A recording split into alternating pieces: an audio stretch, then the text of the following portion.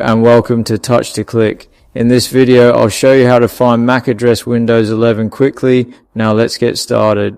Step 1. Right click the Start menu icon at the bottom left corner. This opens a menu with shortcuts to important system tools. Step 2. Click Settings.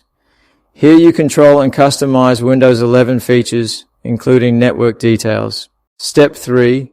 Click Network and Internet. This section shows everything about your internet connection and helps manage it. Step 4. Click Ethernet for wired or Wi-Fi for wireless connections. Choosing the right one ensures you check the correct adapter. Step 5. Click Hardware Properties. This shows detailed info about your network connection like IP and physical address. Step 6. View the physical address or MAC address on the screen. It's unique to your device and useful for network setup and troubleshooting. Thanks for watching, and don't forget to subscribe to Touch to Click.